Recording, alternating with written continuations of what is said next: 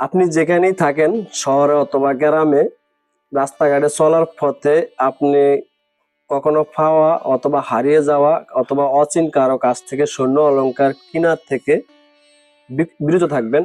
এটা আমার পক্ষ থেকে অনুরোধ। কারণ একটা চক্র আছে যারা সাধারণ মানুষকে খুব কৌশল ব্যবহার করে ধোঁকা দিচ্ছে। এটা একটা চক্র বড় আকারে, বেশিরভাগ শহর অঞ্চলের পথে রাস্তা চলার পথে এরকম সমস্যাগুলো হয়ে থাকে। তো আমি আজকে এই ভিডিওতে প্রমাণ সহকারে আপনাদেরকে একটা এই বিষয়টা সম্পর্কে একটা বিস্তারিত আলোচনা করব। সেজন্য সবার কাছে আমার অনুরোধ থাকবে যে ভিডিওটি না টেনে শেষ পর্যন্ত দেখার জন্য। তো আমার হাতে এখানে দেখতে পাচ্ছেন একটা স্বর্ণের বিস্কুটের মতন। যারা বিদেশ থেকে গোল্ড আনেন তারা অবশ্যই চিনতে পারবেন। এবং এটা আরো চকচকা ছিল। তো এই চক্রটা কিছুদিন আগে আমার একটা নিজস্ব লোককে খুব কৌশল বা ব্যবহার করে, শহরে থাকে সে, তাকে ধোঁকা দিয়েছে।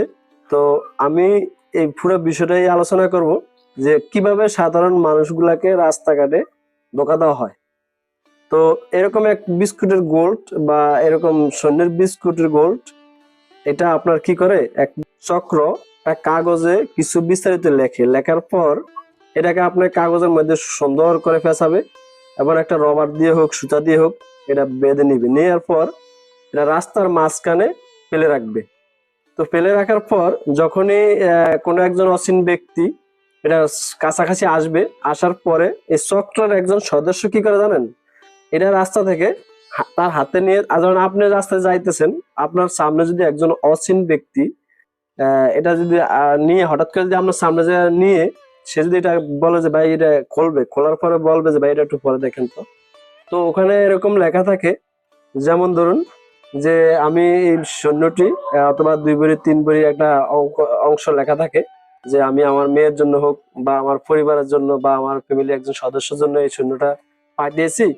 বা একজন বন্ধুর কাছে একটা সিডি সিস্টেম করে কি করে লেখা হয় যে তাকে এটা দিয়ে চেইন বানিয়ে দিও অথবা আংটি বানিয়ে দিও, বিভিন্ন সৈন্য মানে দিও বা তার বিয়েতে এটা খরচ করিও।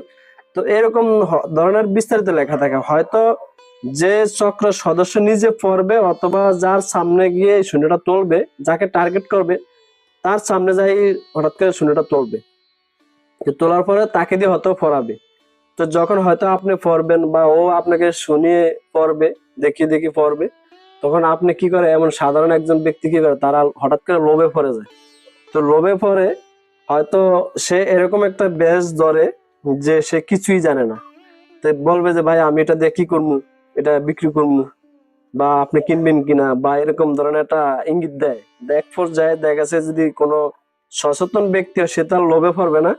বা যারা অসচেতন, যারা এই সম্পর্কে ধারণা কম, জ্ঞান কম, তারা হঠাৎ করে কি হয়, লোভে পড়ে যায়। তো তো যখন লোভে পড়ে যায়, লোভে পড়ার পর এক পর্যায়ে তারা আপনার কাছ থেকে কিছু টাকা চায় এটার বিনিময়ে। প্রথমে হয়তো 20, 30, 40, 50,000 এরকম চাইবে। যখন আপনি বলবেন যে ভাই আমার কাছে টাকা নেই বা কি এরকম আছে, 2, 5, 10, 20,000 টাকা, মানে যতটুকু সম্ভব তাদের কৌশল ব্যবহার করে আপনার কাছ থেকে টাকা হাতিয়ে নেওয়া অথবা এটার বিনিময়ে আপনার কাছ থেকে দামি কিছু থাকলে নিয়ে নেওয়া, এটা হলো মেন উদ্দেশ্য তাদের। তো আমার যে আত্মীয় বা নিজস্ব লোক, তার সাথে এরকম একটা ঘটনা হয়েছে। সে ঢাকা থাকে বা বিভিন্ন শহর অঞ্চলে এই চক্রটা কাজ করে, গ্রামে খুবই কম। তো আপনারা যারা শহর অঞ্চলে আছেন বা যারা জানেন তারা তো অবশ্যই জানেন, যারা জানেন না, যারা অসচেতন ব্যক্তি বা যারা এই সম্পর্কে কোনো ধারণা নেই, তাদেরকে এই ধোঁকাটা দিয়ে থাকে। তো এই ধরনের একটা চক্র শহর অঞ্চলে কাজ করে।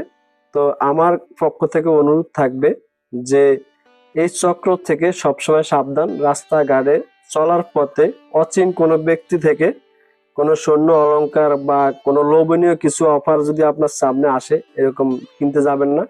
কারণ আমি শিওর আপনি 100-তে 100% ধোঁকা খাবেন। কারণ তারা সাধারণ মানুষগুলাকেই ধোঁকা দেয়, টার্গেট করে। তাদের নজরে যাদেরকে ফলো করবে যে একে আমরা ধোঁকা দেওয়া সম্ভব, তাকেই ধোঁকা দেওয়ার চেষ্টা করবে।